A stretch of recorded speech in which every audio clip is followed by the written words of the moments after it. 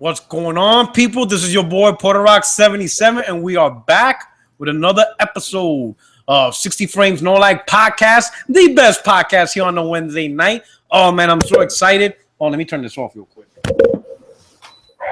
Anyway, hey, I'm real excited to come back. I missed you guys last week. I just had to take care of some family stuff. The responsible or really irresponsible husband that I am. But, I had to take care of some stuff. But I missed you guys. But, hey, today we have an amazing cast. I got two amazing guests, and we're going to cut it up today, and we're going to enjoy. I hope you enjoyed this episode. Again, if you're catching us live, please hit the like button, subscribe, and just enjoy the ride, all right? Because this is your boy, Puerto Rock 77, and we about to go 60 frames, no lag. But first, I want to introduce two special guests. We're going to first cut it up with TheAshenLuca. You could catch her on the RDX Podcast and the Speak Podcast. What's up, girl? How you doing? Hey, man. What's up? I just want to say thank you so much for having me on. I really appreciate it. You're one of my bros in the community, and I can't wait to talk about these games. Oh, definitely, yo. You and your hyena. I thought it was a rat. I thought it was a rat. So, is there any significance behind the hyena avatar? Or I've been told that my laugh sounds like a hyena, especially when it when I start really going in with it. And then I went to listen to the hyenas laughing, and it does sound very similar. So I thought that was pretty fun. Okay. Plus, hyenas are scumbags, and I'm a scumbag. Oh, damn! Didn't you have that name at one point, Scumbag Luca? Yeah, I did, and then Blue told me to change it. So.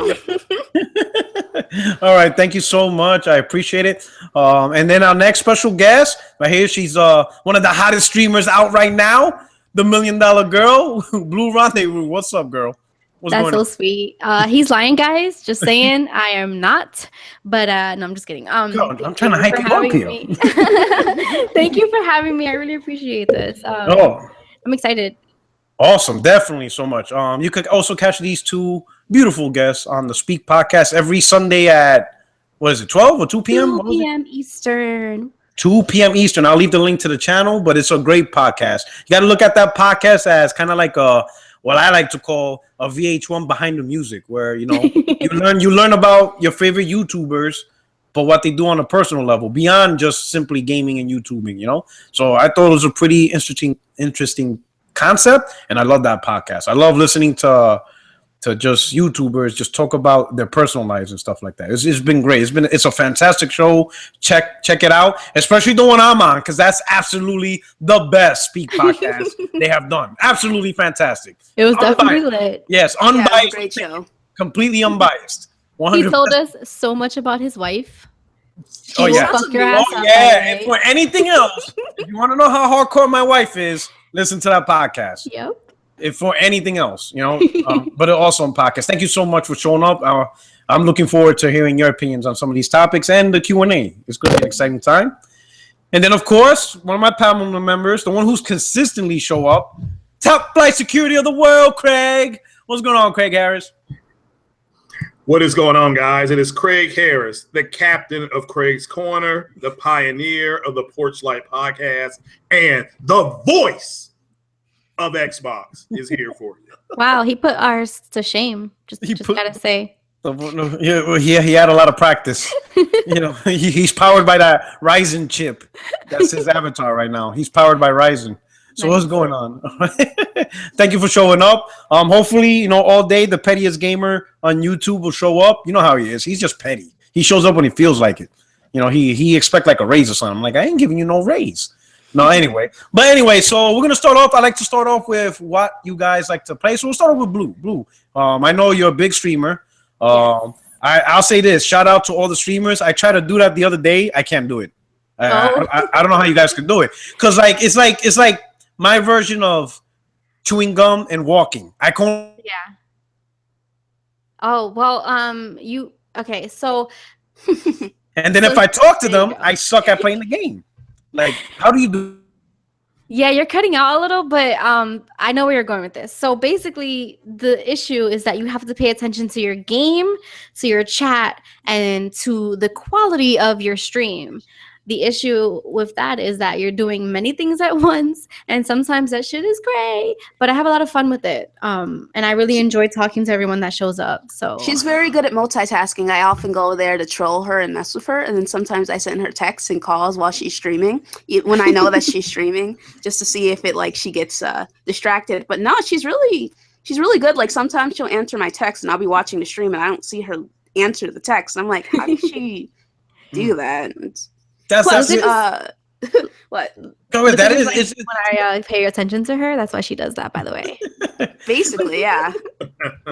Yeah, like for me, I'm that gamer where you can't even walk across my screen without me flipping out. Like my wife, like before I had my man cave, I used to play like Street Fighter Online or Call of Duty or football, and she would just walk across the screen, and I felt like it's the end of the world. Like I just lost because of that half a second moment. Like, what are you thinking? Like I'm that gamer. Like I cannot have no interruption. Not even for a split second, because then it's over. That's hilarious. Like, I completely died, and it's your fault. And she's like, "No, it's because you suck. Stop it." I'm like, "Oh boy." You're like, "Thank you for ruining my ego." But it's just so. So what you been playing? What you been streaming? So I stream a lot of Gears of War 4. She plays. Yeah. Fraud. Oh no, that is not all I play. I just play it a lot. And that's all she ever plays, man. I've known this girl for months, and all I've ever seen her play is Gears of War 4, Fortnite, and GTA 5 online. Well, then that means that that's not the only game I play, huh? Is it? Is it? Is it? Okay. Yeah, you gotta play it there. But I did get angry at the game. 'Cause the game fucks up sometimes, and that shit is fucking annoying. But I did get angry at the game, and I did go on like I'm not ever playing Gears again for like a week, and now I'm back on Gears. So I don't. Right. Well, we'll figure that out. Start streaming Destiny 2. Everything else is irrelevant, and we're gonna get into that. I'm telling you, it's like a drug. Once you get into it, you're gonna. Let me not move into that. Hey, so Ashen, my girl, Luca, what's going on? What you been playing? I've been playing a little bit of Injustice 2, playing a bit with a couple of people in the community and a couple of my friends.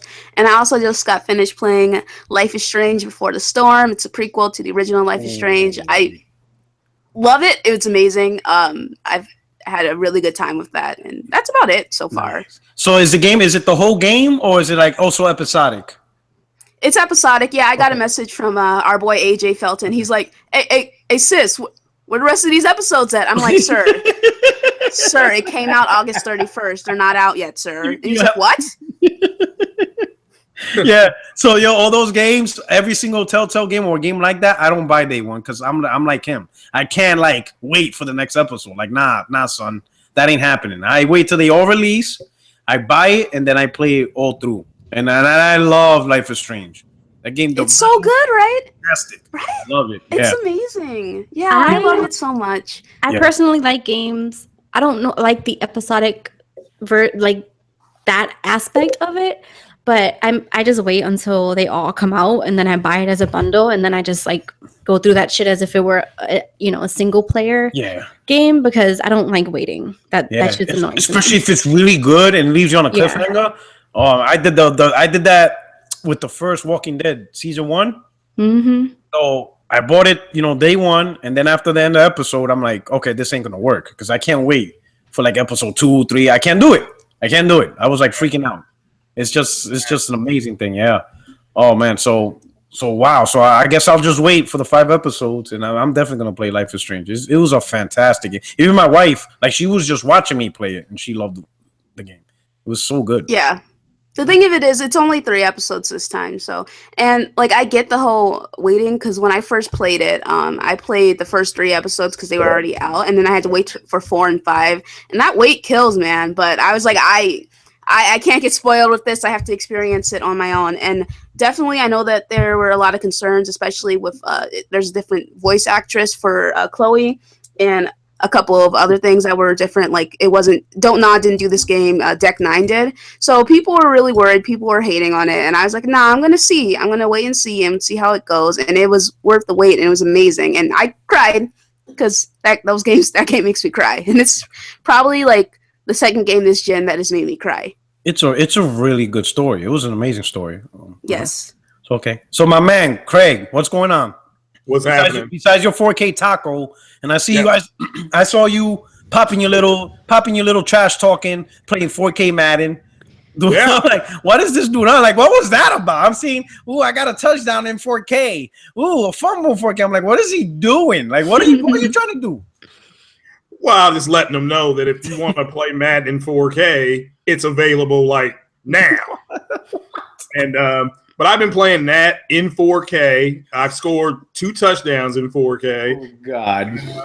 Let's see. And then I've been playing Elite Dangerous on the PlayStation. Then on the Xbox, Forza 5 is free. So shout out to Microsoft for letting us get Forza 5.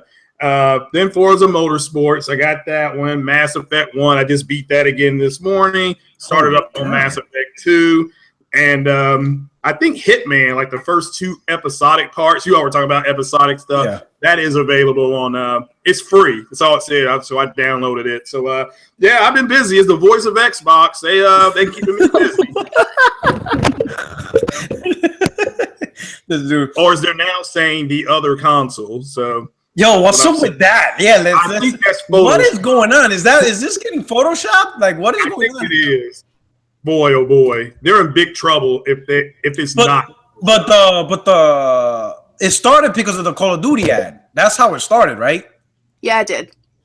And then now I'm telling you, fanboys, they just do too much. Now, like I saw, like the Destiny, like somebody photoshopped the Destiny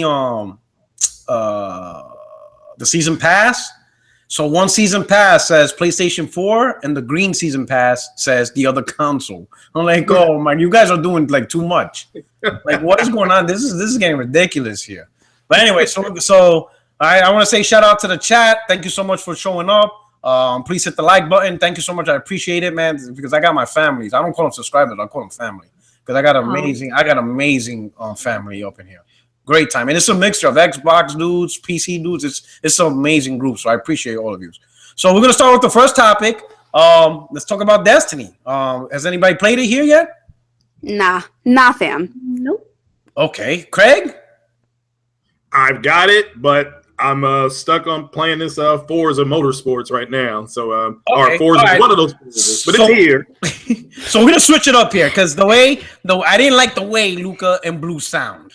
So this is going to be like a Dr. Oz episode. Call outs. Call out. It's going to be this is therapy here. Okay. So we're going to see if by the end of the podcast I could convince these two to play Destiny. All right. Wait, what? So it just sound like you guys aren't interested in Destiny 2. Nah. Am I correct in my perception? Your assessment is correct, sir. Okay. Yes, you are correct, Dr. Porterock. Okay. So right here. So picture me. I got used to laying on the couch. All right.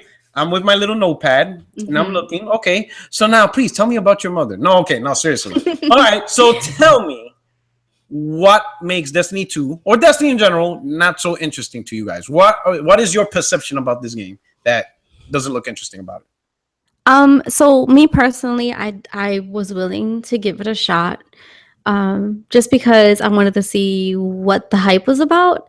So I did play the beta and I wanted to see, if it were good, I guess. Okay. Oh, you played the Destiny 2 beta? Yes. Okay. When it came out, and I don't know, I just wasn't blown away. I didn't see what the difference was between, like, I feel like first person shooters can get repetitive, right? Okay. So I didn't feel like this one was any different.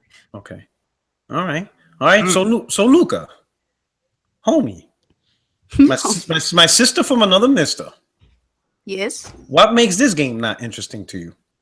There's a lot of games that don't interest me, bro. Okay. It's not this one in particular. Okay. Like, it has, like, something has to stand out with a game for me to play it, or like I have to have people to play it with. Like, if someone's like, hey, I want to play this game with you, I'll consider getting it. But someone said they were going to get me this game, so if they get it for me, I'll play it. Because that's the only way I'm playing this. Like, I'm not spending any money on Destiny. She's like, you get it for free. All right. So we got it. All right. So I'm going to tell you what's the big deal about Destiny. All right. Because I wasn't a Destiny aficionado either when I first played it. It's just I didn't care for it.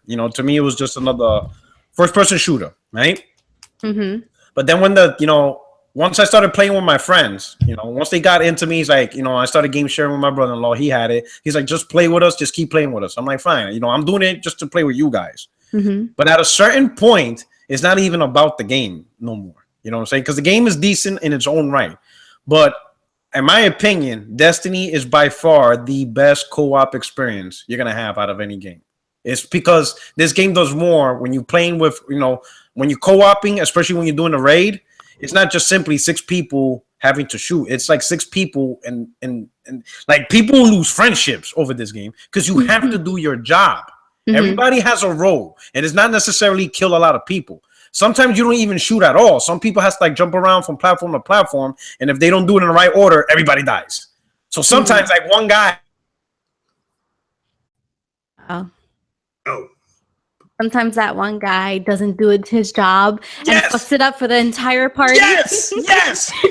Yo, I'm gonna tell you a story. So we were playing Taken King, right? It was one of the DLC expansion packs. So one guy has to grab this little artifact that creates this big shield for everybody, like a big dome of light, right? Mm-hmm. And as long as you're in this dome of light, you'll get to live, right? Mm-hmm. The one player that had this artifact left us. So we were subject to this super move that killed us all, and he's chewing our asses saying, why all you guys died? We're like, bro, you had the light. It's your fault. And we were streaming it. Everybody in the stream started laughing. Like, yo, this dude just left him alone. And we're like, what are you doing? He didn't realize it. He's like, oh, my bad. And we had to start the whole thing over. We're like, are you kidding? We were about to like, yo, you lucky you're not in front of us because we would have jumped him. We would have beat his ass, but that's what the game does. It makes people, you have to play your role in the game. And if you don't play your role, everyone's going to lose. So after a while, you're playing with a group of people, right? Especially if you have your close friends, that it's literally the type of game where you have to depend on other people. This is not the type of game where you could say, oh, I could just pull the team or carry the team like Call of Duty or nothing. Like, no, everybody, and you feel important too. Because any mistake you do, you screw over the team. Any mistake another person does, screws over the team. Everybody could screw over the team. So everybody has to have that role, and that's what makes Destiny so great. Because everybody knows you're an important part of this team. You're an important part of the co-op experience.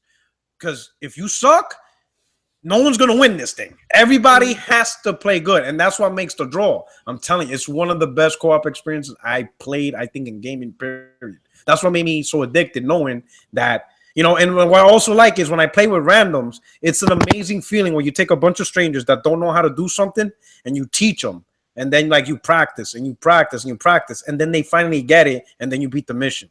That is an amazing feeling where you could get a bunch of random scrubs and you like form them up into this super team, and then you actually beat it, and then like they all get happy. They're like, oh my god, you're so amazing, thank you so much, because we were sucking ass for the last 10 years. I'm telling you, it's a drug. That's the best thing that's the best way I could explain Destiny. It's like an amazing I'm not selling this to you guys, am I? I'm doing a whole I'm gonna just buy you a copy. There you go. Oh, I mean, the thing is that I'll always take anything for free. Look, we won't deny it. I just feel like, all right, that's well and good and fun, right? But like, what happens if you don't have people to play with, right? Because if it's heavily team based and you're going in alone, like you're gonna be frustrated as fuck. Well, Blue, you'll have people to play with. Yeah. People would want to play with you. Why? What do you mean? Why? You're awesome. You're amazing. Oh, you're so sweet. Wait, this is not our podcast. You're gonna make me cry, and I'm gonna be embarrassed. Sorry. Right back at you though. I was waiting for a catch-22 from Luca. I'm like, oh, what's going on here? She's about to set something up. Sometimes she's really nice to me. Okay. But sometimes she's not. I'm always nice to you, miss, but we're not going to get into that right now. But like what I'm saying is that if you go in alone, well, you can't go in alone. This game is not meant to be played alone at all. Well, what I mean is like with randoms. It's a campaign, right? Oh, wow. Well, the campaign, there's like a little core story campaign that you could play by yourself. You could do that portion, but the meat and potatoes of the game is doing the strikes, and then ultimately is the raid, because everything you do. So the raids, they don't have a search No, not the raid. So there's a search for the strikes. Fuck out of here. But for the raid, you have to have friends. You have to form up as friends. I'm done. And if you don't have friends, what the fuck are you supposed to do then? Why don't they have a fucking search option? Or how about get more friends? Oh, that's mean. I mean, Blue, I really don't think you'd have any issue finding people to play with you. I probably wouldn't because I'm very resourceful. Like I'll get on groups. Like I'll fucking like if I stream it, people always want to play when I'm streaming. Yeah. Well, not just but that. I just mean like it just seems silly to me that if it's a heavily team-based game that they wouldn't have a search option, you know? Well, I will say this. They have a search option for like the strikes and the multiplayer, like because they also have competitive multiplayer for those that are into that. But the strike, the main reason is because the strike is like a puzzle. So it's not like it's very hard to just have randoms do it. You have to know the people. You have to like sit back and be like, hey, what type of character you are? Okay, we need these characters. You need it's like an actual team, and it's really hard for that mode to just put 6 random people and then boom. You have to like pre-plan. So before you even start the raid, you have to ask yourself, how many of this class do we have? How many of this class? What are your abilities? You all have to set it up because it's literally every component right down to the weapons you use, to the abilities you have. You all have to play together and work together, and then each of you have to decide, all right, what role are we going to play? Are we going to guide the speedrunner, the puzzler? It's very intricate. It's simple, but it's intricate enough to where if you don't get it right, you're not going to beat the raid. And it's just going to be frustrating. And it does get like that. And that's what makes the raid so challenging because it's probably the most team-based co-op I played here. It sounds exhausting. No, I'm just kidding. It is mentally draining. It is mentally draining. There's people. The first raid on Destiny was called the Vault of Glass. I blocked people on PlayStation. I'm like, you're no longer my friend. Wow. Friended, blocked. I never want to hear from you ever again in my life. Like it broke up relationships. Damn. It sounds like you have to cooperate with each other like Counter-Strike, because that's what you have to do in Counter-Strike. If you don't set up a plan of attack, you're going to get smoked. I mean, that's why it's called, the Counter-Strike, because they're going to counter what you're doing. So listen, you got to set up a solid plan. We don't care about PC in this podcast. I don't know. I'm just kidding. Well, no, it's true. That's my point. So now imagine beyond just fighting. Now you have to worry about platforming and jumping on platforms, or somebody has to run to this spot and you have to wait there for 10 seconds and don't move, or everybody dies, or go get this artifact and protect us. It's just a whole bunch of, or somebody calling out, hey, press this button.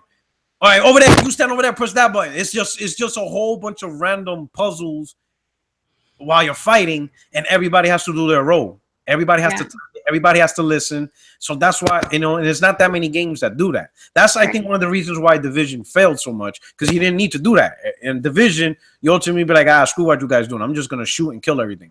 And that's pretty much what Division ended up doing. And that's why it never was able to be the Destiny killer. Destiny has this thing where everybody plays a role, and it's just so satisfying that you build your character up and now you partake in this huge mission, and that you're able to accomplish it with a bunch of people as a team-based effort beyond just pulling a trigger.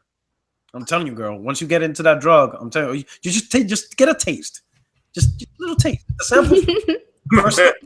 Wasn't the taste the beta, though? Like, shouldn't they have gotten me into the beta was trash. No, like, here's I'm the thing. saying, though. I get what you're saying. See, the thing is, the beta just tells you the concept of the game. It's not really the game. It's playing with the people. That's what I'm trying to say. It's the people. Like when I first played Destiny, I'm like, whatever. It's another shooter. Yeah, it was cool, whatever. But when my brother was like, play with me. My crew. Let's just keep playing it. Yeah. Mm-hmm. So I guess it makes sense that your friends participate. Yes. How can I participate? How can I get my character to help you guys out to beat this mission? That's what it started becoming. That's it got to the point where I'm not gonna lie, like the dancing and shit. That's pretty funny.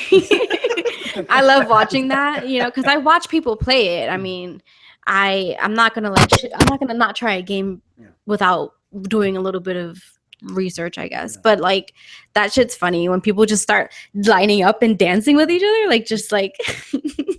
Did you see the music video they did on Destiny 1? The Backstreet Boys? Oh my god, I have to see that now. So go on YouTube, type in Backstreet Boys Destiny video. Okay. somebody made an entire video with those dancing emocons with the background of Backstreet Boys, the one that goes back streets back. All right. It's hilarious. It's hilarious. They must have spent hours or days making that thing up. Oh man. But anyway, if you girls ever want to jump on Destiny and you want a real crew, just buy it for PlayStation. Hit me up on the friends list, and I'm telling you, you'll never go back. All right, I'll leave my PayPal link in the description, please. you know, I'm saying once you go black, you'll never go back. Oh my Lord! I heard that. I mean, I've got it. I just have not gotten to it yet. When Xbox contacted me about a survey, and then I did it, and they gave me some live free. So. But yeah, I'll get to it. It sounds interesting. The people I talked to about it, Porter Rock, said it's really fun. So I'll give it a crack. I didn't care for Destiny 1, but I'll give this one a try. You got stuff from free from man. Sony's stingy, man. We do a survey. We gotta thank you. Like, well, can I get some PSN credit or something? Like, what the hell's going on here? You cheap bastards. Well, they've sold like 70 million consoles without giving us anything. So yeah, we're gonna be waiting like Oliver's Twist. But Microsoft, yeah, they should give stuff away. Right. So, which I'm happy to take. Keep bringing it to me. I love it. All right. So next topic, we're gonna move on. Unless anybody else has any comments. No. Hey, I just got a tweet. Yeah, I do. I just got a tweet from Aaron Greenberg. Oh man, he liked my hashtag 4K taco tree. Are you serious? Thing. Yeah, he just tweeted me. Oh, you famous? Your Twitter. I guess so. You're Facebook famous now. Yeah, whatever that means. Yeah. I guess. Hey, so now you get a Ryzen chip and you can bite it and take a picture of it. I might do that. Oh, yeah, don't challenge me. I was kidding. I was joking. Right. So, hey, quick topic. All right, so quick topic. I've been seeing this, and I wanted to get your opinions. As always, so mouse and keyboard support for Xbox. It seems like a lot of Xbox fans are nervous about this, and I'm gonna try to understand why. But what are your thoughts about this? Are you girls nervous that Microsoft now doesn't allow mouse and keyboard support? No. First of all, no. Hold on, Blue. Hold on. Oh, here we go. That's what I'm talking about. Do it. Listen. Oh boy. Yeah. Unleash the fury. Started. Unleash the Kraken. I don't understand why people are so upset. I personally do not care. It does not matter to me. I swear to God, people in my community get worked up over every little fucking thing. And I post it all over my Twitter. I am very vocal on Twitter about how I feel when people overreact to this stuff. I do not care. So, Porter Rock, if you're looking for answers, you're not going to find them from me. That's all I'm saying. Okay. And there you go. There you go. Adios. Okay. So what I was going to say before I got Luca erupted is that Luca erupted. Yeah, that means like Luca interrupted me to like rant about something because that's what she does. It's okay, I love it. Anyhow, she does like it. So I feel as for me personally, I don't care. I just know that playing against someone, because I play Gears, so I know that if you guys don't know, it's a play anywhere game, so people on PC can play, and they recently made it so that everyone can play together. Whoop-de-doo.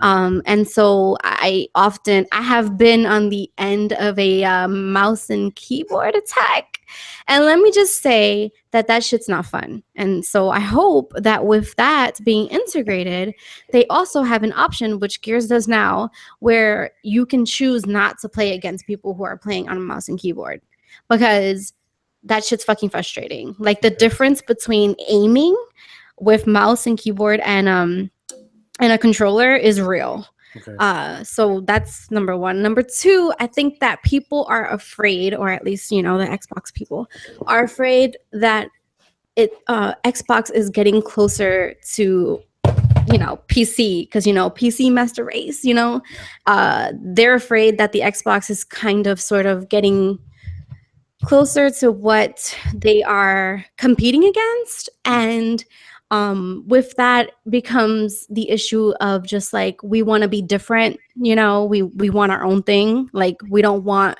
our games to be the same games that PC has.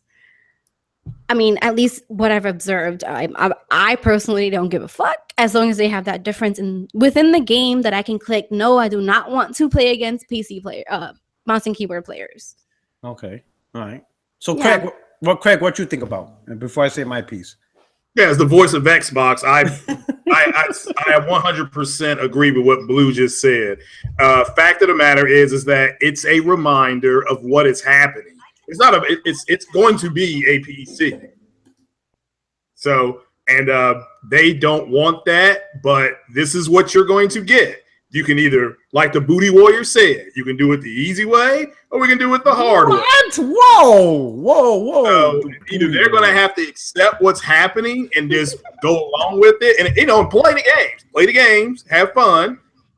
Whatever game you play, Gears, Destiny, whatever you want to play, or you can fight what they're doing. Now, they just had somebody sent out a tweet today, or I don't know, it was an interview at Gamescom or something, where either, I don't know if it was Jabara or Greenberg said they're really focusing on not caring about what device, quote unquote device, you're playing on, because that's what their people want. Can you say crossplay? So, look, if they don't get crossplay on the Xbox in the next 48 months, they're done. They're done. You heard it from the voice of Xbox. And I'm not being biased. Everything is moving. Porter Rock, everything is moving exactly like I said it was going to. I feel like the Emperor in Star Wars. You foresee it. This is happening. But I agree with Blue. The fact of the matter is they don't want to be reminded. In order for you to play something called a PUBG, I know what a pub is. I don't know what a PUBG is, but you're going to be having to play with mouse and keyboard. You're going to get lit up. If you're in those rooms with those PC guys, if they're able to get the game to work the way they want it to. So, I like where they're going. I like it. My Xbox is not a PlayStation. I don't want it to be the same as the PlayStation. So I don't have a problem with it. And I'm the one, I told your main man, Zaire, they were going to put a mouse and keyboard with the Xbox X. Okay. So here's my conundrum, right? I'm going to play devil's advocate. Oh, right. So everybody's talking about, it's going to become like PC and all this stuff. But here's a point people don't realize. PlayStation already had a mouse and keyboard since day one, and no one cares. Like, it didn't do nothing. And I don't think, do people realize that? Like, I could play a game. I could play Overwatch on the PS4 right now with a mouse and keyboard. Right now. There's multiple games on PlayStation. MMOs, Elder Scrolls Online, Overwatch is another one. DC Online Universe, Paragon. There's a whole bunch of games that uses keyboard. And it didn't impact the PlayStation. That's why I don't understand why is everybody nervous, because it's already happening. It already happened. PlayStation had keyboard mouse support from the start. And it didn't kill the community.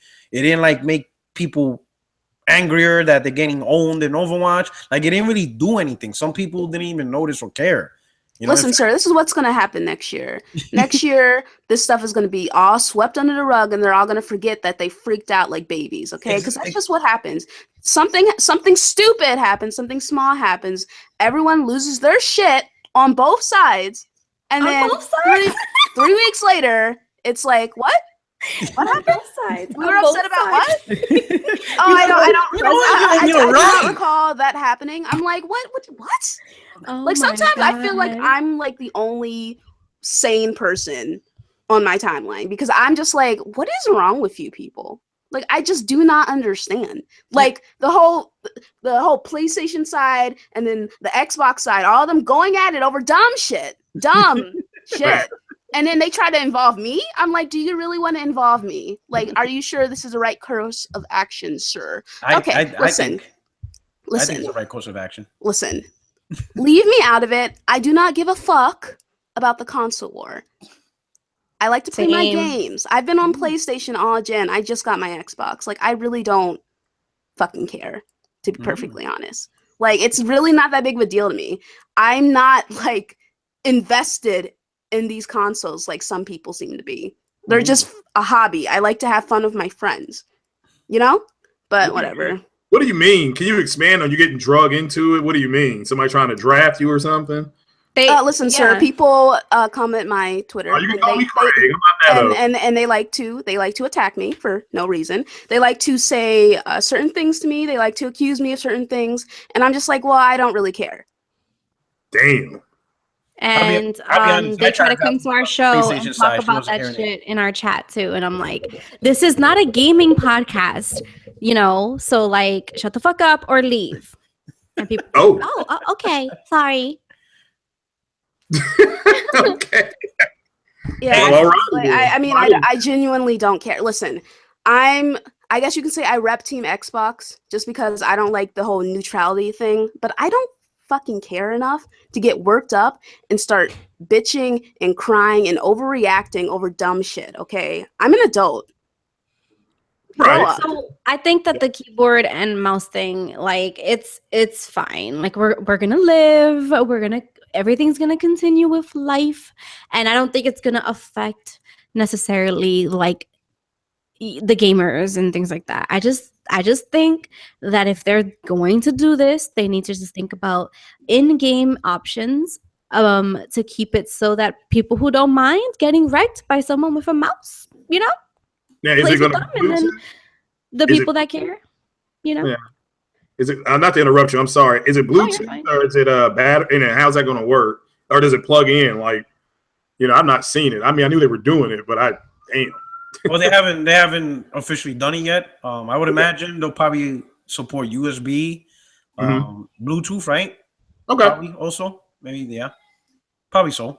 And what people don't understand, even right now, you can technically play on the mouse and keyboard on the Xbox because now they have adapters. Like, you plug it in. Yeah. And so like, there's people right now, playing on a mouse and keyboard, like owning noobs all day, and people don't even realize it. It's just the nature of the beast or platform. Like, the way I see it is no different than playing a fighter and somebody's using a fighter stick, or if you're playing a racer, there's people with racing wheels. Like, you're not going to beat those guys with a controller. Yeah, but I will say that people who use those things for an advantage are fucking stupid. Like, what the fuck? Like, can you please get skills and use the controller and try and get good that way?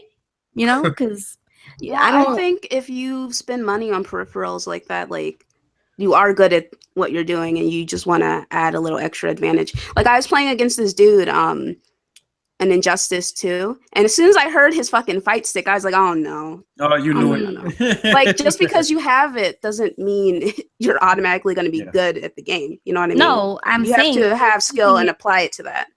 Well, people buy these things before they actually have skill in order to get the advantage starting out, and then they, so that they have the advantage. Yes, I do have proof because I know someone who did it. And also, one person is the majority. I didn't say it was the majority. I said that there are people who do that. Did I not? No, you didn't. You doing this with me today? There we go. Cat by cat. Never. Break up the baby oil for that shit. And also, we are women, not cats. Okay. But no. But yeah, for real, there are people who, just like the Elite controller, right? People thought that if they bought it, they would have an advantage over people that have the regular controller, which, yes, it's true, but that doesn't mean that you automatically are better at the game. Like, I feel as though maybe possibly you should probably get good before you do that. True. Yeah. Okay. Yeah. All right. Okay. That's pretty good. All right. So we're going to move on to the next topic. All right. Finally. All right. So I'm sure we all know by now, if you haven't seen the video, but there's a painful little video of a journalist trying to, do the tutorial portion of Cuphead. And oh my God, it was like being at the dentist getting a root canal. Like, my God, it was like watching my wife play a game. I'm like, God. Jesus. And I'm like, and this is a dude. I think his name was Ken Takahashi. And I'm like, yo, he had trouble from the classic gameplay jumping from one post to a higher post. The classic jump, dash to move over. He couldn't do it. It took him like a minute to figure it out. And I'm thinking, like, yo, what the hell? And you like actually review games and talk about games, and you can't even do a basic combo going back to like Mega Man at least. in the 90s and 80s. Like, it's not like it's a new technique. It's a pretty classic technique. You know, you jump from one station over another using a dash. All right. So here's my question. I know we all talk, you know, I know people already talked about this combo, but what I want to bring up is a different point of view to this.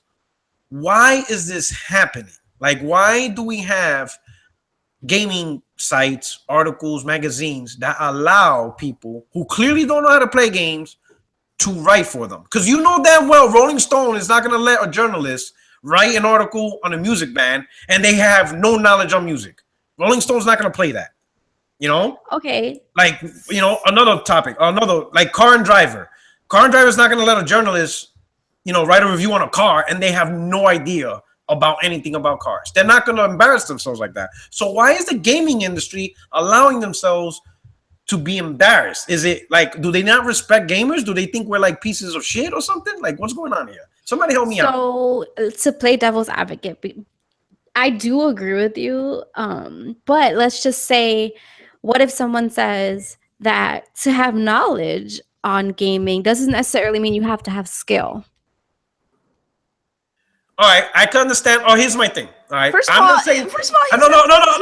Let me go. Incompetent. Okay. That's the problem. I'm not talking about you have to be good. You know, like you don't have to be good, right? But he clearly did not know what to do at all.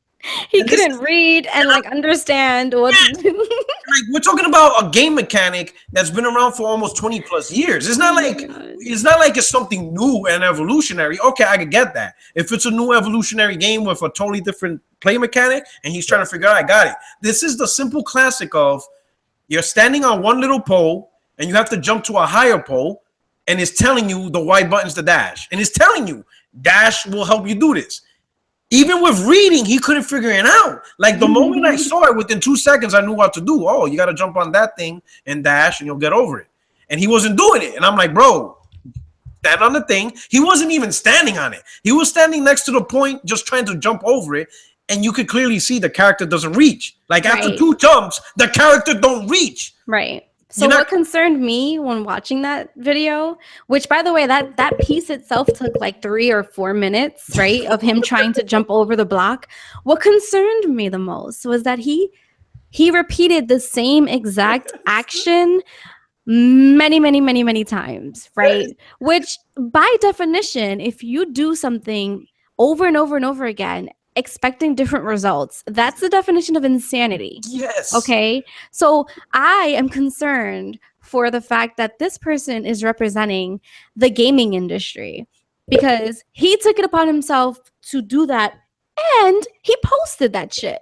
Like, what the fuck is wrong with you? Like, if I do some stupid ass shit, you best believe I am re-recording because I'm not going to post it and look like a fucking idiot in front of like all these people that you know are going to judge you, dude. Like, come on. What is that? Can you edit? Can you, I don't know, something? Oh, God.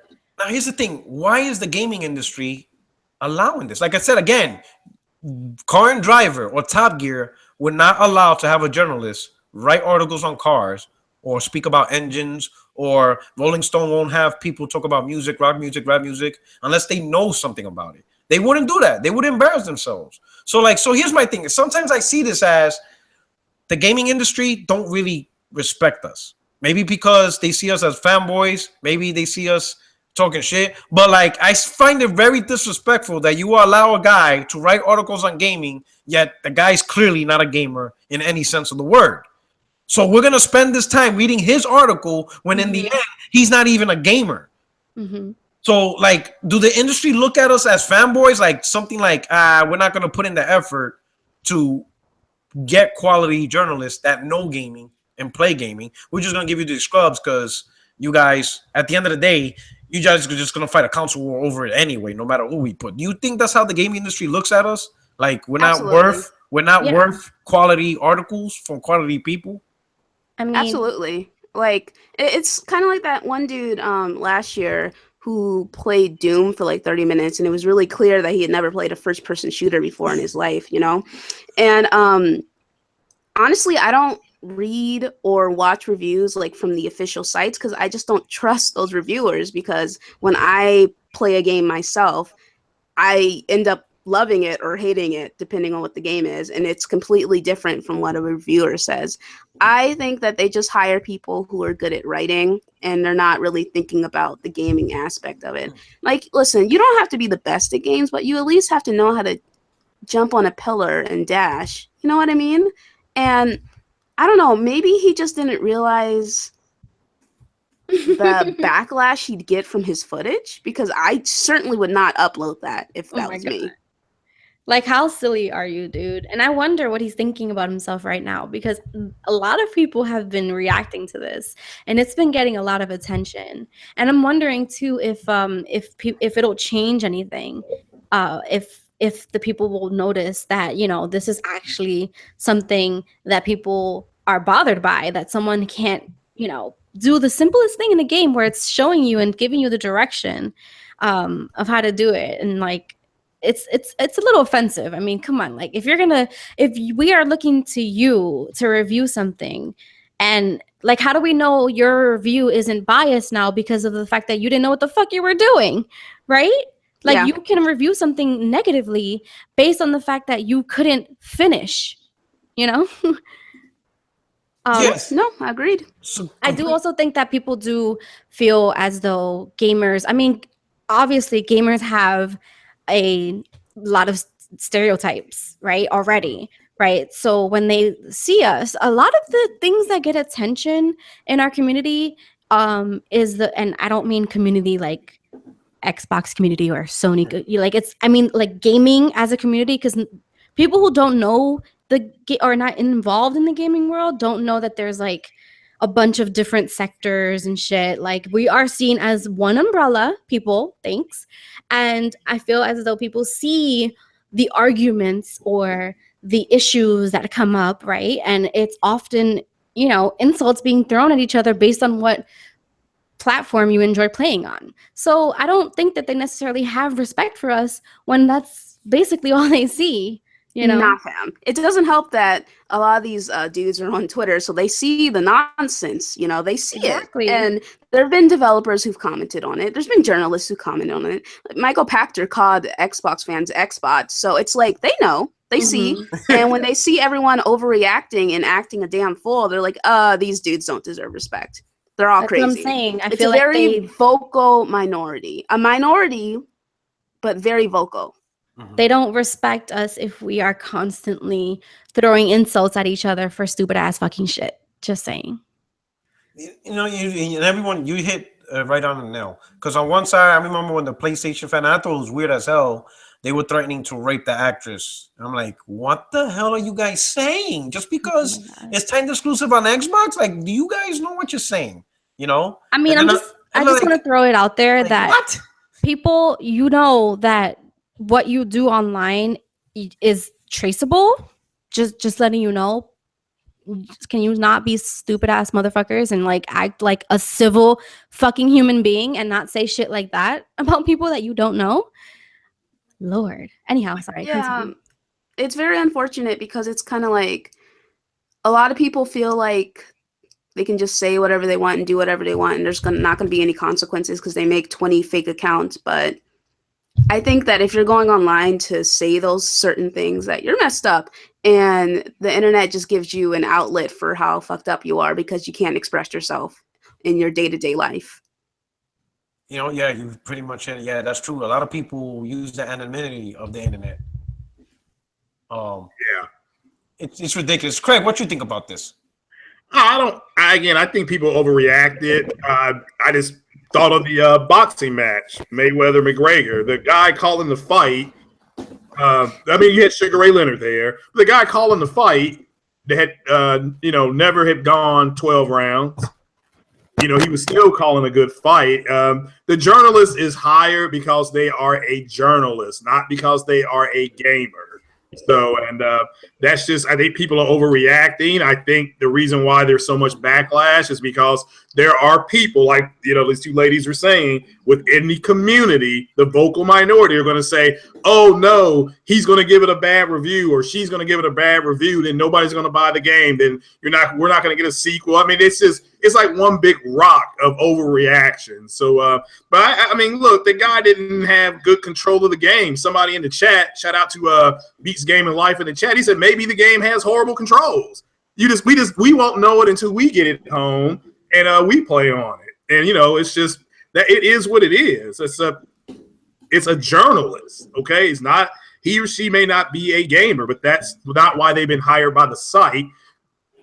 Us, by de facto, are journalists. Every time we do a podcast, we are a journalist. I did a review of the movie Close Encounters of the Third Kind. Okay, I'm not a arts and entertainment person. Okay, I don't have a degree in it. I just told people what I saw. And I thought maybe they would enjoy it. So, but I just think it's another overreaction. I think chronicled very well by both Blue and Ashen. So, but here's my thing: how many of these journalists are out there that are talking about the games? I mean, I don't think. I don't think we'll know. Yeah. Like I think it's hard to say because I feel as though. Yes, it's true that he is a journalist, right? Yeah. And that's fine. He doesn't need to be amazing at the game. But I just feel that if you are a journalist and you are reviewing something that does require there's no way that there are no journalists out there that have some kind of skill in a game. Like that's fucking ridiculous because I feel as though if you're a journalist for a craft as gaming, there should be some kind of something like it. You should be able to do the simplest things in a game. And yes, we don't know if the game has bad like controls or whatever, but I'm not blaming him for not finishing the level and shit like that. I'm concerned about the fact that it said the directions on the fucking screen and your ass decided to do the same fucking shit 10,000 times before you said, oh, hey, maybe I should follow these directions. Because if you're a journalist, I know your ass can read at least, right? I mean. Well, yeah, but all right. Well, think about that show that was on. Is it the Ink show with is it Dave Navarro hosting it? I don't think he's a licensed tattoo artist. He hosts the show. So, right, I mean, if he go ahead. Well, yeah, I was just saying, if you had to draw a tattoo on your skin, he may not be able to do it, but that doesn't mean he can't host the show and chronicle the show. That's all. They just said, here's this, give it a try, and then and you all have just, I didn't see the video, but if you all are all saying it took him a minute to learn the curve, minute's not long making an adjustment. To do one thing. You know what it is? He didn't see the video. That's why he's yeah, I haven't seen the video. Yeah, that's true. Sharing our pain. It was pain. It was like a root canal. It was one of those moments where you watch someone do something, right? And you're just like, okay, no problem. Oh, it's okay, little guy. You can do this. No problem. Go ahead. Try again. Come on. And then eventually you're like, what the fuck, dude? What the fuck, dude? Wait, Craig, you didn't watch the video? Like that's what it was. I heard about the video, but to me it was just an overreaction. You already have a vocal minority of people who are already upset with the media because they feel there's media bias. That's what they feel. Constantly get, and now they're gonna be like, oh well, they don't like the game. We're not gonna get this. It's just like, shut up and go buy the game yourself. Well, I'm gonna play. I think maybe you should watch. I think you should maybe watch the video. Yeah, you should watch it. Honestly, it's not about his review. It's not about anything other than the fact that 5 minutes of my life watching this mofo jump on the same block 30,000 times and not fucking. And I'm just like, is this real life? Like. I mean, I blame the people that he works for even posting that because, like, you guys are embarrassing him. He embarrassed himself, but, like, why did you post that shit?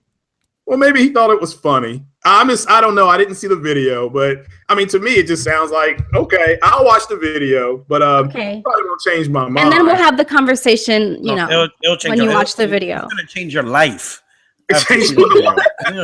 Mine. I will have you know you're not going to get that time back, sir. Yes. So I'm sorry. I apologize ahead of time for you. As long as it's not as bad as Alien Covenant, I can probably get through it. So you'll probably watch it. Oh, bro. It's just, and speaking of, here's the thing, and I'm glad you brought up media bias. Yeah, and I'm gonna play devil's advocate. Can you blame the community for media bias when you have recently one of the writers from The Verge magazine said Tom Warren said that he played Forza, and he can't tell the difference between the 4K 60 version and the 1080p 60 version. So here's my thing. All right, I want to say this. 4K gaming may be new to consoles, but it's not new to gaming. PC gaming's been doing it for at least a year, maybe even more, right? 4K gaming. I never heard that statement before. I never heard anybody on the PC side saying a 4K 60 version of a game looks the same as 1080p version because the screen's not 73 inches big. I never heard that before. So why is it being said now? I'm not really sure. Maybe the settings on the TV weren't correct or something. Like, listen, I'm trying to give this dude the benefit of the doubt. I'm trying to give him anything. That's some damage control right there. Like, yeah, I don't really think there's any excuse. I mean, is he blind? I don't know. Maybe the settings on the TV weren't all right. I don't know, man. It sounds suspect to me, though. It sounds suspect. You know, I mean, like, all right, if 4K 60 looks the same as 1080p 60, whatever, why wasn't this said before a year ago on PC? Why is this being said now? Now people are like, well, you need a 73-inch screen. Oh, God, Porter Rock, you keep cutting off, bro. Some of them are playing on 21-inch monitors. So, so what are we doing here? Like, why is this being mentioned now? You know, and it's things like this. We're all right, go ahead, Porter Rock. I'm sorry. Give me your opinion. What do you think? I was just going to say real quick, again, this is a guy writing an opinion piece. Now, if I can tell the difference and you can tell the difference and Asher and Blue can tell the difference, that's all that matters. People are putting way too much credit on what other people think. All right. Now, maybe because I'm a grown-ass man. You're going to get me started. Okay. You're about to get me started. You're about to get me started, Craig. You're about to get this work. Okay, if you're going to say technically he should be able to see the difference, okay. But if his opinion, he didn't really care. He didn't care. We're about to go 60 frames right now. You're about to get this work. Here's my. This is the thing I don't like. I'm gonna say this. For our community as gamers. For some reason, the rules of consumerism doesn't apply to consoles for whatever reason. Let me tell you something. These reviewers who have opinions on games is no different than people who write opinions on movies. No different than people who write opinions and reviews on cars. On books. On books. Consumers listen. Exactly. Consumers going to listen. Sales. You know, it affects sales. They listen. That's the whole point of the review. So that way you can listen to a person and try to not waste your money, or at least perceive that you're not wasting your money. Well, it's a problem. I do think that it's a problem that consumers don't do their research. Facts. But if everybody's coming up with crappy opinions, you could be the best researcher in the world. You just research shit. If the popular opinion is that something sucks, and consumers do their research and they continuously find, this sucks, they won't know that if they'll enjoy it or not unless they try it. And most people won't be willing to go and buy something, waste their money on something to try it, you know? Exactly. Yeah. Porter Rock, bottom line is that we need to be informed consumers, period. So I don't give a rat's ass what somebody struggling playing Cuphead did. But how can we be informed consumers without being given unbiased reviews? Yes. You know what I'm saying? Shit, the way I see it, shit in, shit out. If you're accessing nothing but shitty reviews and opinions, the result is not going to be a rosebud. You're going to get a shit product. You're going to form a shit opinion if that's all you're seeing. You know? Reviews should totally not be, there should be no biasness in reviews. I just feel as though people let their personal preference affect the way that they react to something, and that's fucking bullshit. Mm-hmm. Well, again, I just brought up the movie Alien Covenant. There were people who reviewed that movie who said it was good, said it was one of the better movies. I just watched that the other day. It was trash. Now, that's my opinion. Now, Exactly. did I trust those people doing the reviews? Yeah. But I had to know going in what the movie was about. It looked crazy on the preview. I should have said, well, you know what? I'm not going to watch this. But it's all opinion based. If you're going to say, well, I mean, if your point is people are going to get possible biased reviews and they don't do their homework, I agree with you 100%. Okay, but we need to be, you need to know that, such and such can only do such and such. And if you buy a PlayStation Pro, you should know as a consumer, it will not play UHD 4K movies in 4K. It will upscale them from 1080p, but that's all it's going to do. So if you buy it, that's not nobody's fault. It's your fault as a consumer. But here's my thing, though. Is saying 4K looks 1080p looks no different than 4K really an opinion? That's like, when I hear that, I'm like saying, well, I can't tell the difference between 100 miles an hour and 200 miles an hour. I'll be like, motherfucker, what? That's fine. Yeah. And like, what? Maybe, yeah, I agree with that. But if he didn't think there was any difference, that's his opinion. So You may see it and be like, oh, well, I can see a difference. is Tom You're- Holland a writer or a journal? I'm sorry to cut you off. A journalist, or like, what is he exactly? He's a journalist I know he writes articles for The Verge. Okay. Yeah. So the thing with news is that they're supposed to report on the news and give their unbiased opinion. They're not supposed to give unbiased facts. They're not supposed to give their opinion on things. Now, I find it hard to believe that someone said they can't tell the difference unless there's something like wrong with them, like they can't see or something, or something's wrong with the TV or something like that. Like, I understand what you're saying, Craig, but these journalists, they're supposed to just report on the news. They're not supposed to give their opinions on certain things. Unless you're writing an opinion piece. Unless you're writing an opinion piece. Now, But here's the thing, really? Can a man have an opinion that, oh man, this 4K 60 looks the same as 1080p 60? Really? 4K and 1080p looks the same? If that's his opinion, you see what I'm saying? It's not an opinion. That's like saying I feel like $1 million is just as much as $1. That's my opinion. I feel like an opinion on a movie is a lot more subjective than something that is physical. Yes, this is like a physical, visual appearance. I can understand you could say Alien Covenant is a crappy movie. Opinion, but right. But I believe the Verge article was an opinion piece. And I think that's what it was. It's an opinion piece. So It's fine. I mean, I don't give a fuck what one person says, to be honest. Right. Let's be real. You had people saying that I'll say this for the most part between all of us, we know most of the hardcore, we know the deal, whatever. But his opinion, I guarantee he has a following, and people took his opinion to heart. There's people who honestly believe the Xbox One X version of Forza looks no different than the Xbox One S. Okay, that's pretty much what he said. Let's say you're right. And then you walk and you believe him and you walk into a store and you say, let me see it in 1080p and then let me see it in 4K. And if you see a difference, and you be like, well, this guy was wrong. But I don't know what he's looking at. No, I agree. If you even bother, some people won't even go there. Some people already written off the Xbox. Okay. They're like, you know what? He said it's no different. I'm not even going to bother. That's it. Okay, possibly. Yeah, I'm not here, but yes, I do feel that go ahead. I'm sorry. Reviewers, journalists, anyone that has power, such as these people that we're talking about, should take into account the fact that they have this power, that if they say something, people will take it as gospel. I think that's stupid.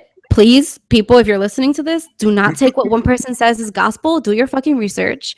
But they do have to realize the power that they have. And I think a lot of them do know what they're doing when they tweet something like, oh, I don't notice a difference, so like it kind of bothers me that, someone would be sort of like nonchalant about something like that. And honestly, I think it's because of the bias that the biases that we talk about, but just saying, like, be aware of what you're doing. Well, I agree with what you're saying in the total scheme of things, but you're just we're still in a generation where just 2 years ago, there were people saying they can't see the difference in 720p and 1080p. And to me, those people, I mean, you could go to the store and look at a regular TV show and be like, well, wait a minute, when you're standing far back, it's, you can't, but once you start getting that line of delineation 5 to 7 feet in, it's like, yeah, you can see a difference. But I went to go see that for myself. I didn't take the reviewer's word for it, but I'm old school. I go see it for myself. So, that's just, it is what it is. But I think if anybody gives somebody the power over them, I think that person's in the wrong. I mean, if I tell you I got a handful of magic beans and you believe my ass, that's your fault. It's not my fault.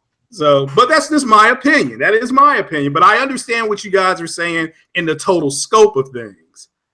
Hey, for the voice of Xbox, you're doing a terrible job, bro. I'm just playing. Well, I'm not a damage control for Xbox.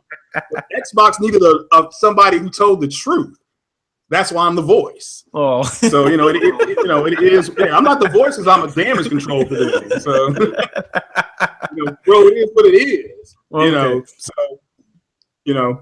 Tomato, vase, vase. I may say that. Puerto Rock, take your wife to this restaurant down here, man. They got the best steak, and you go down there and get the same steak. Like, man, this is dog shit. Oh my god, dog shit. I mean, you could. I mean, it's just his opinion, bro. But I do think I do agree with you. There are some people within the community who give them way to hell too much credit. Just like Digital Foundry, they give them way too much credit. Just wait till, they were going off about some game called Anthem. Like, oh, they said it was checkerboard, boo-hoo. The damn game is 2 years away. Give them time. Screaming and pulling their hair out and throwing the bath out with the baby. I mean, it's ridiculous what they're doing. So they needed a better voice, and that's why I'm the voice of Xbox. Okay. Oh my god. Hey, you definitely gotta have the voice of Xbox on the Speak podcast. I would pay to listen to that one. All right, so we're gonna get into the fun part to finish off the podcast, which is the Q&A question portion, and we're gonna start with the first question that I got earlier. What so far, based on your experience with gaming, what has been or so far is your favorite console of all time? We'll start with Luca. Lord, your favorite platform? Only one. My PlayStation 4. Woo! You're about to get booted from the RDX podcast. He's like, you're fired. I just got my Xbox in October, and I've been playing games on my PlayStation 4 since 2014. So damn. I have more history with it. Damn. So out of all the consoles of all time, bro, I didn't start gaming until last gen. So yeah. All right. Oh, so what you started gaming on last gen? 360, PS3, Wii? My PlayStation 3. The PlayStation 3? Oh, yeah. Oh, hold on, ladies and gentlemen. We got a closet pony in this podcast. We got a closet pony. Uh-oh, Zaire's going to have a conversation with you. He doesn't know who I am. So that's cool. Okay, so what you love about the PlayStation 4? What so far is making it your favorite console? Because of the games I played, Bloodborne is my second favorite game this gen. Yes. Oh my god, I knew you were my sister. It's amazing, right? Yeah. Oh my god, game is amazing. Anyway, I prefer single player games, so Damn. Okay. So yeah, I mean, I still love my Xbox, but at the end of the day, I play single player games. So there we go. We there. We see eye to eye. Yeah. We there, girl. All right. So Blue. What's your favorite console of all time? Or favorite gaming platform of all time? We'll say that. Because you might be a PC master race on the cover, so you never know. I mean, no, I don't really play PC games yet. I don't really have I will be honest and say that if I'm going off of what I've played the most on is my Xbox 360. Just because I don't only play single player games. I play a lot of multiplayer games, and because she sucks at single player. So I say nothing to your casual statement of I only play single player Dark Souls, ma'am. I play and Dark you Souls, go and you interrupt me to tell me. Okay, I see. Look, I'm just saying, like, I don't understand. No, but just going off of that I've played the most games on that, and I've had a PlayStation. I've had like my very first console was a GameCube. Actually, that was actually mine because I did a lot of mooching. I was like going to my friends' houses and like playing fucking all the games at their place. But my own, very own, and yes, it was a hand-me-down. I grew up poor, guys. Okay, hey, you know that's how we roll. Exactly. So my own very one was my very first, and it's near and dear to my heart because I used to love that shit. Was a GameCube. But I only had like 2 games on there. So and then finally I got my own Xbox and I was like, yes. So then I was able to play, and then I got my PlayStation, and then from there it went spiraled for the next generation. So yeah. Okay. Okay. So well, how about you, Craig? It's a tie. Atari 2600 and the OG Xbox. What? Okay. All right. So explain the Atari 2600 because I had one and I have no idea how you could. Go ahead. No Atari 2600, no Intellivision, no ColecoVision, no ColecoVision, no Nintendo, no Sega Genesis, no Sega Genesis. My God, I disagree with that. I think Atari was a whack. I think Nintendo would have been around without Atari. Well, again, inspired by Atari. You got to know the history. Again, they all built on what each other was doing. Ultimately, though, we ultimately got to PlayStation, which led us to the PlayStation 1 and 2, lead us to the OG Xbox. And, the OG Xbox came out with some, Halo and Knights of the Old Republic. This stuff like that kind of helped push everything forward. So it is where we are now. Huh? Nothing. I didn't hear you. No Dreamcast? No. The Dreamcast was like here and gone. I mean, I'm not dissing it. It was there, but it just seemed like it was here and then bam, it was gone. And it's still better. And it's still better than 50% of consoles that came out. It's an amazing console. It's just so sad what happened. Yeah, but again, I mean, as far as my favorites, I got it as a tie because those two, the OG Xbox, led to other things. I mean, it is what it is. It's just horses led the car, so it's just we have to. That's my favorite. Okay, all right. Yeah, so that's me, my favorite. But I'm an old man. Right. So for me, I say to this day, my favorite console of all time was the Sega Genesis. My God, I love that. I just absolutely love that console. There were times I wouldn't even go outside on a Saturday because I had to play my Genesis. I don't know. That was the one console that I just played almost everything. Like even the crappiest games, the shovelware, I would play it. I don't know what it was about that console. I just absolutely have so many fond memories of my Sega Genesis. I was a Sega fanboy. I just absolutely love it. I remember when my parents bought it for me, I like literally cried of happiness. Like I was like shaking just holding the box. Oh, that's so cute. My parents were looking at me like I'm retarded. They're like, what the hell is wrong with this kid? Like, are you gonna play it? I'm like, oh God. I just can't believe it's real. It's happening. Yeah, my parents didn't buy me. My mom didn't buy me no games. Okay. Yeah, anything that kept me inside the house, my parents would get. Right? Yeah. That was their tactic. Smart. Yeah. Anything that kept me in, out of trouble. Growing up in Brooklyn in the 80s wasn't, the best thing for kids. Mm-hmm. So it's like, yep, this keeps them in the house. Blast processing. That's right. Shout out to the chat. But it was an amazing experience. And I still remember like almost every game I played on that console. It was just an amazing experience. All right. So let me see. So let's see another question. All right. So we got another question here. So anyone could start answering. Does Sony have to answer with new hardware, or should they just continue to push software to compete with Xbox One X? They're doing so well with the PlayStation 4. I don't think they need to do new hardware at all. I think we could agree that what PlayStation needs to do is release Bloodborne 2. And they yes, absolutely. Are you kidding me? Instant win. That'd be amazing. That's it. Instant win. All right. What about you, Blue? What do you think? I have no opinion. You just. I mean, I wish they would fix some stuff in their stuff, but. So what stuff? What stuff would you like to see them fix? I mean, so y'all gonna hate me, but I don't give a fuck. So I had a PS4. You don't? I did have one. Okay. She sold it after 5 seconds, basically. Fraud. I sold that shit, right? But I had it before I had my Xbox. Okay. So I had the PS4. I got an Xbox. I returned my Xbox because the fucking software was horrible, right? Mm-hmm. And I kept the PS4. But then my PS4 was collecting dust for months. And again, it's mostly because I'm a multiplayer person. So, And then I got my Xbox again when they freaking changed the software. I mean, I think software is important.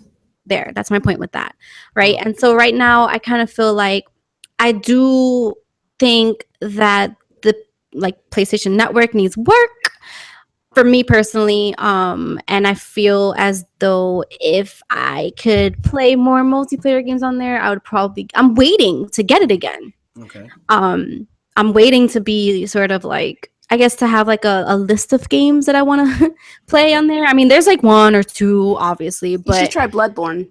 I'm saying that's on the list, but I'm just saying that I'm not gonna get a system for one game. You understand what I'm saying? For Bloodborne, that's a different story. I know a lot of. It's not just one game; it's the Yeah. game. Yes, I know there are a lot of Dark Souls fans. I've heard it on I listened to this Dark Souls well, they're not a Dark Souls podcast anymore. They've consolidated all their stuff, but I listened to this podcast and they had people on. They had guests on who were like, "Yeah, I'm a PC player, but I got a PlayStation 4 for Bloodborne." It's defining, Okay. Okay, so that's pretty cool. All right, so interesting. Damn, I lost my train of thought. You forgot to ask Craig about what he thinks if they need more hardware or software. Yeah, that's true. Yeah, Craig. I need to take over this podcast for you, sir. No, because somebody just said you know what stumped me? I'm looking at the chat and somebody just did a super chat for $50. I'm thinking, is that real? Oh, shout out! Shout out to Top Dog. You got me stumped. I'm like, wait a minute, what? What? $50? Nice. Damn, thank you, Top Dog. I appreciate it, my man, Top Dog. Did it? So that's why I'm like I'm stuttering right now. I barely see 50 cents on this thing, and my man just. Nice. So my man, And Top he Dog said, 2K. "Sega Genesis Goat saved my life." Greatest all. That's what it is. Genesis family. I'm gonna start a Genesis channel. I think there's a lot of us out there that appreciate that. But damn, thank you, Top Dog. Damn, that's my man right there. Everybody's like $50. Nice. I appreciate it. See, you know what? I think it's you two girls. I think I'm gonna have you on my podcast more. Oh boy. Make that money. Nah. Hey, Greg Bridge will put that $50 towards your ex. Nah, son. Hey, no. So anyway, so Craig, how about the strategy? Should Sony come back with hardware, software? They don't have to come back. They're not even competing. Software. Just keep rolling out the games. Interesting. All right. Well, what about PSN name change? Anything, nothing like that? Me? I don't. Let me ask everybody. Is that a huge deal? I mean, what happened? If people say use yes. stupid names? I say yes. I think that if you have a brand or whatever, having consistency across all platforms is good. The fact that my name is TheAshenLuca on Xbox and on Twitter, but my name's completely different on my PlayStation because, I didn't get involved with any of this stuff until last year. You know what I mean? Personally, I don't really care. It'd be cool to change it to what the name I'm using now, but I don't really care. Okay. Well, I'm gonna play devil's advocate. I'm gonna say yes. I'm gonna tell you why. So let's say because every generation you have new gamers. You have people who play gaming, for the first time. Every generation is gonna create that. So picture you started gaming last gen on the PS3. You're 12 years old, and you create your name, right? Let's say it was 2006. Now we're 2017. 11 years later, you're 24. Chances are the name you created as a 13-year-old is probably something you don't want to be as a 24-year-old. It was fine when you was 13. Maybe it was Ren and Stimpy 505 or whatever. But you don't want to be called Ren and Stimpy at 24. You grew up, you matured. It's a different prospect. But you don't want to lose on everything you created. Your gamer tag, your PSN level, everything you've done. You don't want to start all over. And that's why I think the main thing. Sony's not realizing there's a lot of young people that, you know, create their names based on being young, you know, how they are. But eventually they'll grow out of it and they want their name to reflect, you know? Mm-hmm. So I think that's important. I don't know why they don't have that option. That's a fucking dumbass thing. Yeah, my one of my best friends, his name on PlayStation is like Super Batch, and he's like, I wish I could change this. I feel so much regret. It's really funny, but I feel like maybe they can't change it. You know, like it seems really simple, but maybe there's something with the software. So, because I don't understand why they wouldn't allow for name change unless they can't do it. Mm-hmm. That's a good point. Yeah, I think there's something they're not saying about that. Yeah. Yeah. Okay. All right. So man, the chat's really. I'm surprised. Usually we get a lot of questions here. Well, I got my $50, but there will be a lot of questions. It's like that's all that matters. Well, there's one that says, Porter Rock, why is Microsoft silent on VR for Xbox? VR's trash. Ooh, okay. I know you're on this rampage against VR. I'm gonna tell you why. I honestly could tell you why. Because I don't think Xbox wants to do something. I don't think the vanilla One S can handle VR for whatever reason. Maybe because of the architecture or however they designed it. I don't think the One S or the vanilla Xbox can properly do VR. Right? Because I don't think that was in their plan. I think Sony planned PlayStation VR as part of their. No, he cut off again. Yeah, they've and again that console does VR, doesn't it? Doesn't the Xbox X do? I mean, it has the component to do VR. The X can do it. Yeah, okay. But what I think is they don't want to alienate the vanilla and the One S owners with something exclusive to the One X. See, Sony planned VR from the beginning, so that's why the PlayStation 4 can do it.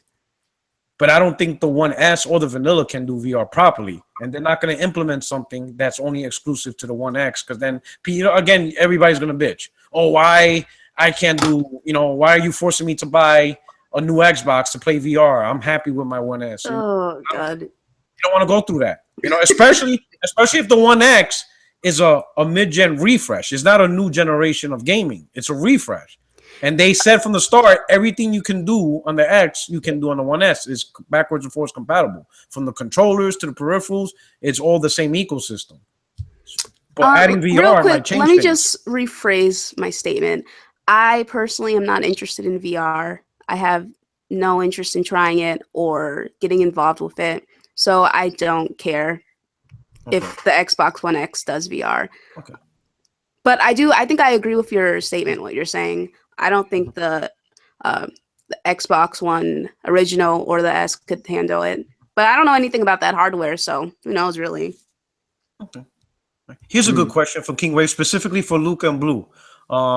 They want me to ask you, King Wave asked if they wish gaming featured more women in games, and if you feel gaming is sexist. Ooh, now we getting serious here. This is grown. This is 60 frames after dark. I don't think that gaming is sexist necessarily. I think that what happens is that consumers often they often show their sexism via purchases. Like it's proven that a game that has a female lead, right, sells less than a game that has a male lead. Right. There might be other statistics that, there might be other factors that play a role in that. But for the most part, when people are developing these games or thinking about how to make the artwork for the game, they take those things into account, that people often don't want to buy something that puts a female in the front of the, the cover. You know what I mean? Yeah, didn't they add what's his name? Joel to the cover of The Last of Us because just Ellie being on there didn't test well or something? Like I mean I heard that a couple years ago. I'm not sure how true that is, but honestly, is it sexist? I don't know. I mean, it's not something I really think about. if you really want to ask something, I think all forms of media has some aspect of sexism in it, just like all forms of media has some aspect of racism and homophobia and all that stuff. So that's not something I really pay attention to. I more pay attention to how consumers react to certain things, kind of like how not everyone, but a lot of people were bent out of shape because World War II, the new Call of Duty game has female characters, and they're just like, that's unrealistic, even though they want to play like the Nazi zombies mode. I'm just saying. So I think it's more like the people reacting. Some people are sexist, and they show that, and they're like, I don't want to play as a girl and stuff like that. I personally don't care. Like, I'll play as a guy or a girl. That's not something I don't have an issue getting immersed in a character. If a game's good, then a game is good. Yeah. Let me just add. Go ahead. I'm sorry. Go ahead. No, go for it. Go for it. You're fine. Okay, I was gonna say there have been 4 games this gen that have been one's not out yet, but 3 have been bangers. The Rise of the Tomb Raider, obviously. We've just got the Lost Legacy. It's 2 women. Okay, and we had earlier this year we had girlfriend Aloy from Horizon Zero Dawn, and also the lead character in Star Wars Battlefront 2. If you play the campaign, is a woman. Also Hellblade. Yeah, then Hellblade. Yeah, amazing game. Yeah. So again, this is a good question though. But I think my opinion is I think they're trying to make strides in that area. But that was a good question. Hopefully they continue to make strides in that area. So. I'm not gonna lie. The Uncharted Lost Legacy, the 2 female characters, absolutely love them. I like the game better than Uncharted 4. It's fantastic, and I love their vibe. Yeah. To be honest, they kind of give me the Blue Rendezvous Luca type relationship. I swear to God. Now that I think about it, if you play the game, you would think like, oh my God, these are like, they act like Yatu. It's just really crazy. Maybe a bit more violent. But it's really awesome. They just had awesome character development between the 2. The game was fantastic. I loved it. I enjoyed it more than Uncharted 4, actually. Yeah, and shout out to Guardia Legends in the chat. He said near Amamata. Oh yeah, that's another one. Awesome. Which was, so I agree though. Lost Legacy so far to me, as far as the way they interacted and how you would be fighting somebody and one would come to help you finish or vice versa, that was unique. So great game. Okay. Naughty Dog at their best. I'm just gonna say that all right, listen. Do it. I feel as though some of you need to check yourselves, because what the fuck you mean though? Yes, it is important for any art form to be sure to fucking represent everyone that plays their fucking games. How about that? So yes, there are women that play games. Yes, there are many different races that play games. So why shouldn't we be included in those games? It's important for, and it's more likely that someone will want to play a game if they can like see themselves as the protagonist in this game. Like, what the fuck? Duh. Anyhow, also, I think it's important now that I don't know if you've noticed, but lately the conferences that we've been getting have been showing a lot of different kinds of people now. Like, there's more women being shown playing the game or talking about the game, and there's a lot of more women that are actually in charge now that actually take the stage, and I think that's pretty cool. That's pretty nice. Fact. I'm just waiting for the day I can play a Grand Theft Auto with the lead character's Puerto Rican. I'm just saying. Right? Well, Janine, it's cursing in Spanish and shit. Oye, coño, ¿qué tú estás haciendo, papá? Mira. People will be confused. Like, I'm talking to everyone. Everyone in the world I'm talking to. Thanks. Yeah, representation is important no matter what. Sorry to cut you off, Fred. Go ahead, Bo. No, go ahead. Yeah, I just think that representation is always important, and just because you see yourself represented everywhere does like maybe some other people want to see that as well, and there's nothing wrong with that. I'm gonna start hyping GTA 6 Puerto Rico.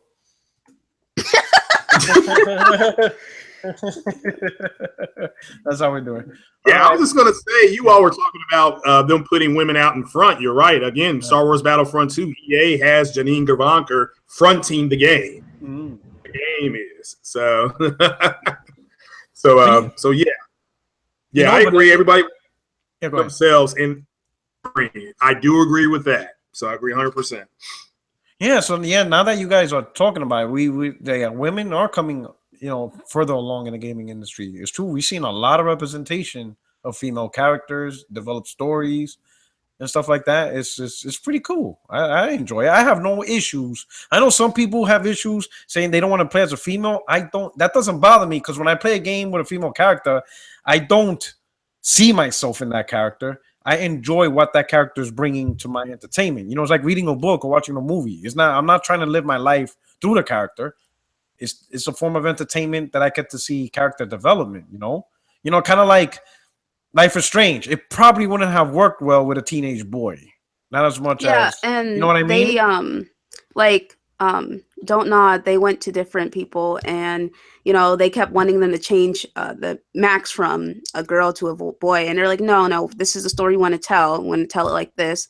And they kept searching until they found someone who would publish their game as the way they have it, their vision, and that worked out. It worked out because Life is Strange is amazing. That story is amazing.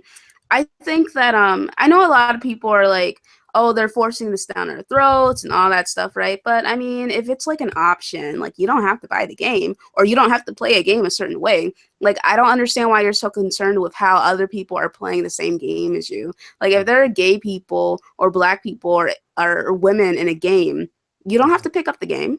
Yeah, or if there's a gay option, you don't have to take the gay route. You don't have to do any of that stuff.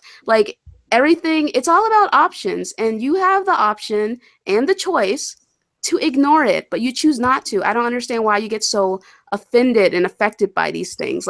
Is it personally hurting you? That's not something that makes a lot of sense to me. Yeah. If you don't like it, then don't pay attention to it. That's what I do. If I don't like something or if I'm not interested in something, I'm just like, yeah, I'm not interested. And I move on with my day. I don't put time and effort and energy into this stuff because it does not matter to me because I have more important things to worry about. And I'd rather focus my time and energy on stuff that makes me happy and that I enjoy instead of hating things on the internet because, quite frankly, that's kind of sad. Mm-hmm. Okay. Oh, it's the point. It's a consumer product. If you don't like something, don't buy it. If you don't like a book, don't read it. If you don't like this movie, don't watch it. If you don't like this music, don't listen to it. So I agree. I completely agree with what you're saying. Someone brought a good point. So Corey Massey, my man, he put. So I guess I made a comment that I would like to see Grand Theft Auto Puerto Rico, and he replied, "Don't wish for that. As a black man, GTA 3 was offending," and that's pretty interesting. Because if Grand Theft Auto, I guess he probably meant San Andreas, maybe. Yeah, it was probably San Andreas. Yeah, it was probably San Andreas. GTA 3, it was probably San Andreas. Because they went with the 1990s Compton theme. Gangsta, Bloods, Crip, and all that type of theme. The way I see it, I see video games as an art form, no different than a movie or music. So if violence and people are portrayed because of art, I don't see it as insulting any different than watching Boys in the Hood or Menace to Society or any other gangster movie or Shadas. I don't see it. To me it's an entertainment, and I think again, if you don't like that form of entertainment because you see it more as on a personal level, I can respect that.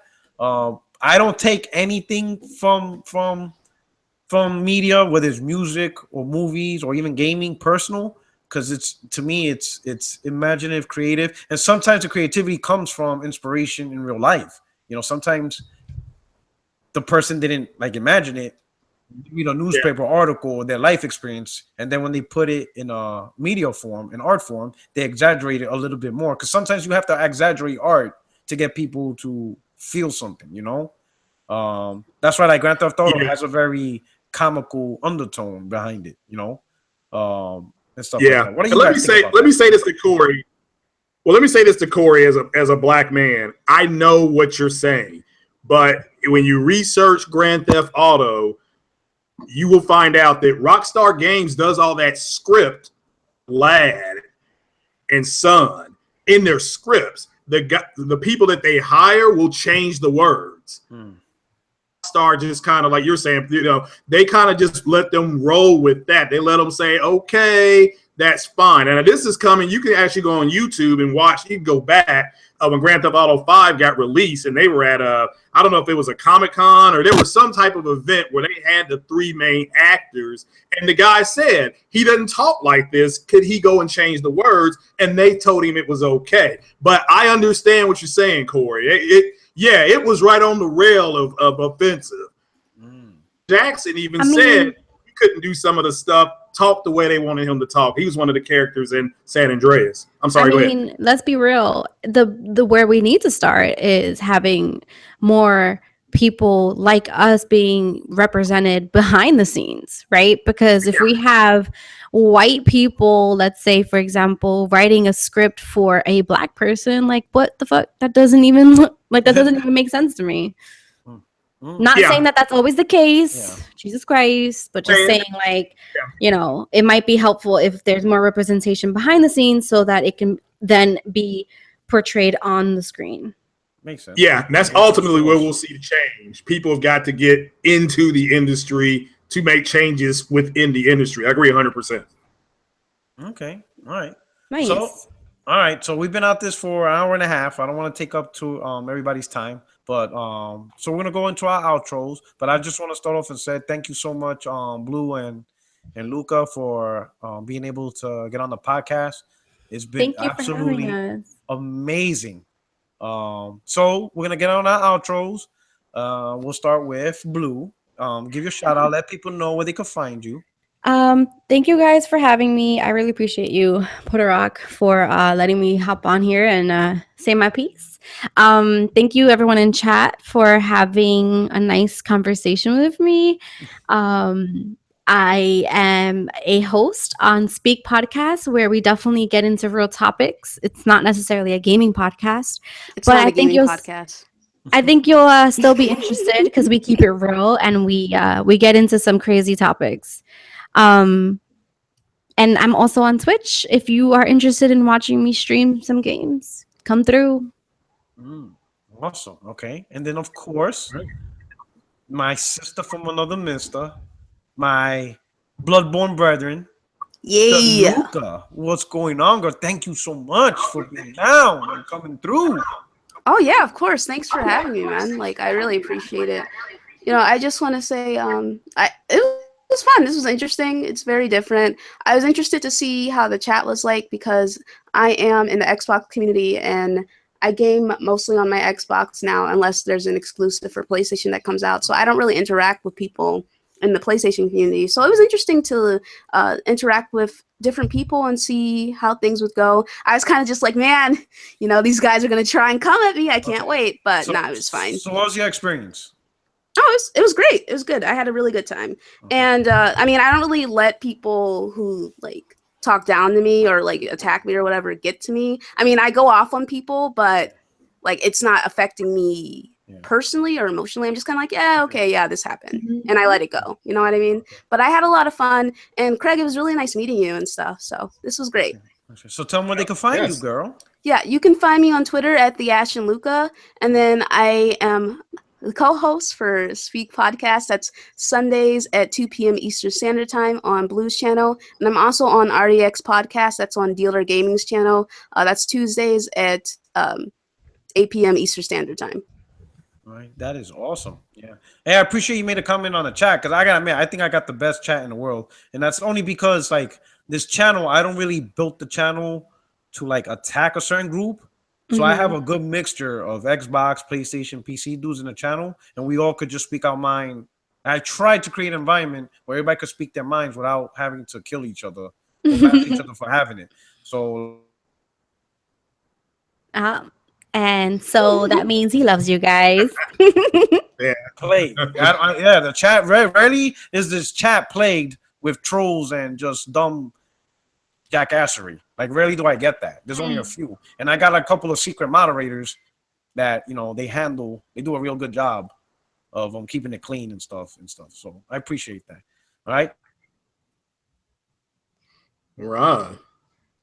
Tell us where to find you, Craig. I'm a slap all day up. But anyway, No, I'm pretty sure like 'cause it would've all been day and crazy. Fonz were fucking playing Destiny or some shit. yeah, Like, that's man, probably what they're doing. man. They're on Destiny right now. I guarantee it. God. I guarantee they're on Destiny. He didn't even answer it because I got his phone number, so I text him. He didn't even answer my text. I know he's playing Destiny. No, I saw like Fonz post about Destiny like 5 minutes before the show. I was like, this dude here. Yeah. Man. So I know they're playing it. I mean, I'm telling you, listen, play Destiny. Just play Destiny. Even if you have to play, I'll play with you girls. You could join my clan. I'm telling you, you'll never go back. Blue doesn't even have a PlayStation. Oh, so go buy one. Oh my God. Okay, I'll put the $50 towards it. I recently came across $50 thanks to my man Top Dog. All right. But anyway, all right. So my man Craig, let him know as the voice of Xbox. Yeah, Craig Harris, Porter Rock, thanks for the Vine. AshenLuca, thanks for being here. Blue, I'm a sub to your channel now. I do like you all's content. I've been able to peruse over it. Just you all go in different directions over there. So people in the chat, if you want more, because there's more than life than just gaming, like they have said very well.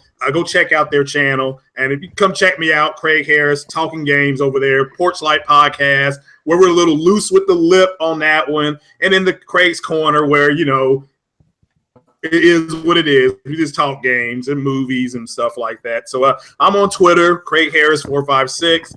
I'm on something called Twitch. I can't remember my code name on that because it's just something I did. And I'm on Xbox. Xbox Situated Spoon, come get your doors blown off of Forza 5 or 3, and PlayStation, come get your beating in 4K on Madden, baby. Okay, so great outros. Of course, this is your boy Porter Rock 77. For all of you that tuned in live, thank you so much. I appreciate taking out the time and checking out this podcast, supporting the podcast. Thank you so much, Top Dog, for hooking me up. And everybody else, for those who are listening later on, make sure you like and subscribe the video and enjoy your time. To the two ladies, you are welcome to this podcast anytime. Thank you so much for blessing us with your presence. Thanks. Oh yeah, man. Thanks for having us. This is awesome. I'm looking forward to hearing more of Speak Podcasts. Such an amazing podcast every Sunday. Yeah. Looking forward to that. And poor Porter Rock keeps cutting out. I know. It's like, there we go. I have to switch in and out. It's horrible. I'll figure this out. But anyway, people, this is your boy. Catch us again next week. And of course, tune in later on in the week so I can have more of my little gripe sessions and my Porter's Point Live and all this craziness stuff. But anyway, check you guys out. Thank you so much. And peace. Peace. Bye. Bye.